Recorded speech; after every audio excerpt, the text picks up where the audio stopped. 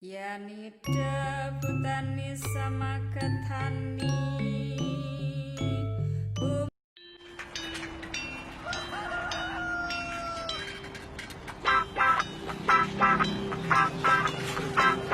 Silakan Mbak. Oke Mbak.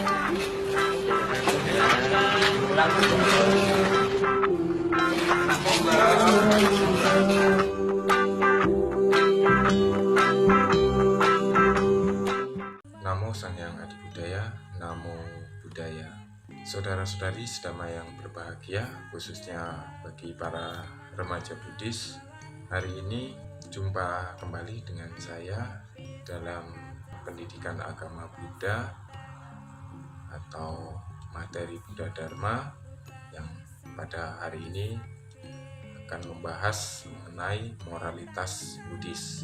Sebelum kita masuk kepada materi atau sebelum kita masuk pada penjelasan tentang moralitas Buddhis, kita akan membahas tentang apa sih itu moralitas. Saudara-saudari sedama yang berbahagia, secara umum moralitas itu bisa dikatakan sebagai tata susila, yang berarti tata itu tatanan atau susunan, dan susila yang berarti akhlak, adab, hati nurani, sifat, kepribadian yang baik, yang berasal dari kata susila, yaitu su yang berarti baik dan sila yang berarti akhlak, adab, hati nurani, pikiran atau kepribadian. Nah, kemudian kenapa perlu adanya tata susila atau etika kemasyarakatan? Agar ada satu bentuk aturan atau pedoman bagi masyarakat atau manusia di dalam menjalani kehidupan ini, agar kehidupan yang dilakukan ini bermanfaat untuk dirinya dan juga untuk masyarakat atau makhluk-makhluk yang di sekitarnya, dan juga tindakan atau perbuatan yang dilakukan itu tidak merugikan bagi masyarakat atau orang di sekitarnya dan makhluk-makhluk yang ada di sekitarnya. Baik atau buruknya seseorang itu bisa dilihat dari sila yang dimiliki dan dijalaninya. Ketika seseorang memiliki ucapan dan perbuatan atau tingkah laku yang baik di dalam kehidupannya, maka bisa dikatakan orang tersebut adalah orang yang memiliki sila atau memiliki sila yang baik. Dan ketika orang memiliki ucapan dan perbuatan yang buruk atau tidak baik, maka orang tersebut dikatakan tidak bersusila atau tidak memiliki sila yang baik atau tidak memiliki moralitas yang baik. Karena bisa diketahui dari ucapan dan perbuatannya, jadi sila berarti adalah akhlak, hati nurani, sifat, pikiran atau kepribadian dari seseorang yang terpancar dari ucapan dan perbuatannya. Sama halnya dengan di Indonesia, bahwasanya masyarakat di Indonesia ini ada tata aturan bagaimana menjalani kehidupan sebagai bangsa dan negara yang tertuang di Pancasila sebagai dasar negara. Nah, jadi ketika Pancasila itu sebagai dasar negara, maka masyarakat, warga harus menjalani kehidupan berpedoman dengan Pancasila atau butir-butir dari sila yang ada dan tertuang di dalam Pancasila dasar negara. Begitu pula dengan Pancasila yang ada di dalam agama Buddha.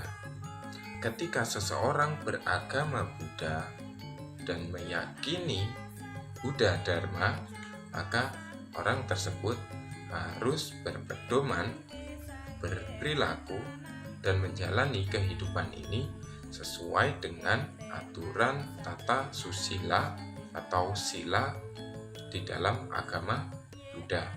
Jadi ketika seseorang sudah beragama Buddha, meyakini Buddha Dharma, maka sila atau tata aturan masyarakat Buddhis harus merupakan pondasi di dalam menjalani kehidupannya, sehingga ketika orang tersebut menjalani atau melaksanakan sila, maka orang tersebut akan membawa ketenangan, kebahagiaan bagi dirinya dan juga masyarakat atau orang di sekitarnya dan juga makhluk-makhluk yang ada di sekitarnya. Jadi ketika seseorang itu menjalani sila, maka dia akan membawa atau sila akan membawa ketenangan dan kebahagiaan untuk dirinya dan juga untuk makhluk-makhluk di sekitarnya. Sila di dalam agama Buddha ya, ini juga merupakan bagian dari hukum alam. Kenapa bisa dikatakan demikian? Karena sila yang telah dirumuskan oleh guru Buddha ini tidak bertentangan sama sekali dengan hukum alam dan hukum-hukum yang ada di dunia atau hukum-hukum di masyarakat biasa. Bahkan mungkin ya tidak ada yang bertentangan dengan tata aturan di agama lain. Jadi sila yang dirumuskan oleh Buddha ini bersifat universal, ya, bersifat umum, menyeluruh, tidak bertentangan dengan alam dan juga tidak bertentangan dengan kaidah kehidupan masyarakat dimanapun. Sila untuk masyarakat atau umat awam atau untuk garawasa. Sila pertama, menghindari pembunuhan. Bertentangan dengan kaidah hukum negara? Saya kira tidak. Bertentangan dengan kaidah atau hukum di agama lain? Saya kira juga tidak. Sila yang kedua yaitu menghindari mengambil barang yang tidak diberikan atau pencurian. Adakah negara yang melegalkan pencurian? Tidak. Adakah agama yang melegalkan atau mengizinkan umatnya melakukan pencurian? Saya kira tidak. Yang ketiga, menghindari tindakan asusila. Apakah dasar hukum ya di suatu negara ini mengizinkan masyarakatnya untuk melakukan tindakan asusila, contohnya pemerkosaan dan lain sebagainya? Saya kira tidak. Dan apakah ada agama yang mengatakan bahwa umatnya boleh melakukan pemerkosaan? Saya kira juga tidak. Kemudian yang keempat, menghindari untuk tidak berucap yang tidak benar, ya, bohong, fitnah, berkata kasar, dan lain sebagainya. Apakah ada tata aturan di sebuah negara yang memperbolehkan masyarakatnya untuk menggunakan kata-kata kasar atau berucap kasar kepada warga lain? Saya kira tidak ada. Apakah juga ada suatu agama yang mengizinkan umatnya untuk menggunakan kata-kata kasar atau mengizinkan umatnya ini berkata secara tidak hormat atau berkata dengan kata-kata kasar? Saya kira juga tidak ada. Yang kelima, menghindari mengkonsumsi makanan, minuman, atau segala sesuatu yang melemahkan kesadaran, menimbulkan ketagihan dan menyebabkan mabuk.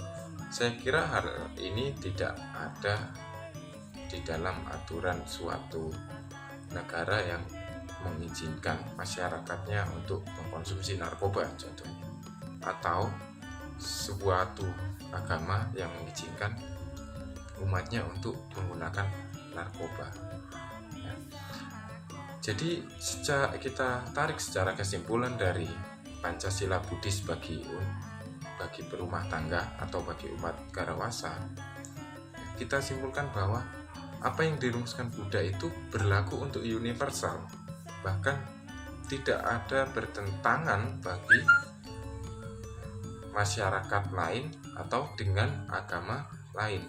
Bahkan orang yang tidak beragama Buddha tetapi dia memiliki etika yang baik, dia pasti akan melakukan kelima hal tersebut atau 5 sila tersebut.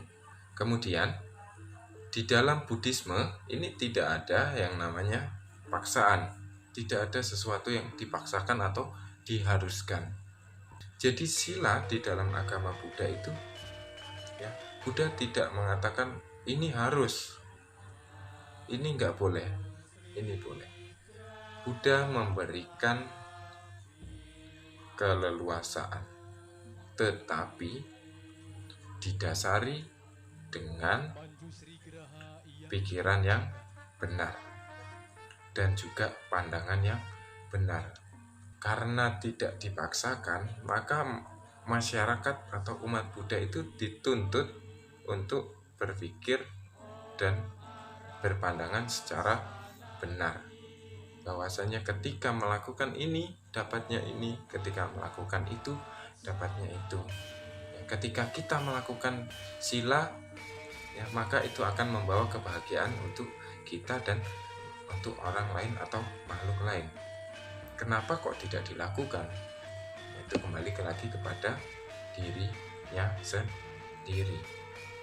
Akan tetapi ketika masyarakat itu punya kesadaran, punya intelektual yang baik, ya, maka pasti dia akan menjalani sila, terutama ketika orang itu memiliki hati nurani yang baik dan tidak diliputi dengan kekotoran batin atau kilesa.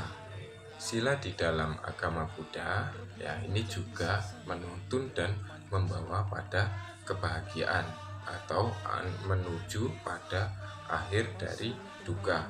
Seperti yang kita ketahui bahwa sila merupakan bagian dari hasta Arya Magga atau jalan mulia berfaktor 8 yang merupakan jalan menuju akhir duka. Jadi ketika umat Buddha ingin mengakhiri penderitaan, maka orang tersebut harus menjalani sila dengan baik. Saya kira di kehidupan ini tidak ada orang yang ingin menderita. Semua orang pasti bercita-cita untuk bahagia. Di situ Buddha sudah mengajarkan dan memberitahu bahwasanya kamu mau bahagia, laksanakan ini. Ketika manusia memiliki pandangan benar, saya kira tidak ada makhluk atau manusia yang ingin menderita. Semua makhluk ingin bahagia. Dan saya kira semua makhluk serta manusia tidak ada yang mau dirugikan. Maka salah satu cara terbaik agar diri kita, ya, menjadi bahagia dan membahagiakan makhluk serta orang lain, serta diri kita tidak merugikan diri kita sendiri, serta tidak merugikan orang lain, jalanilah sila dengan baik. Baiklah, demikian materi yang saya sampaikan untuk pertemuan kali ini.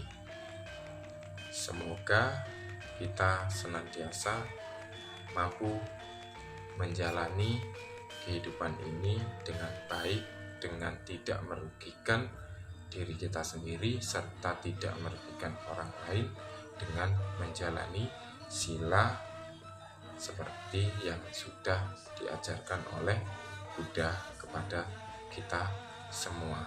Jangan menjadi sebab bagi penderitaan orang lain atau makhluk lain.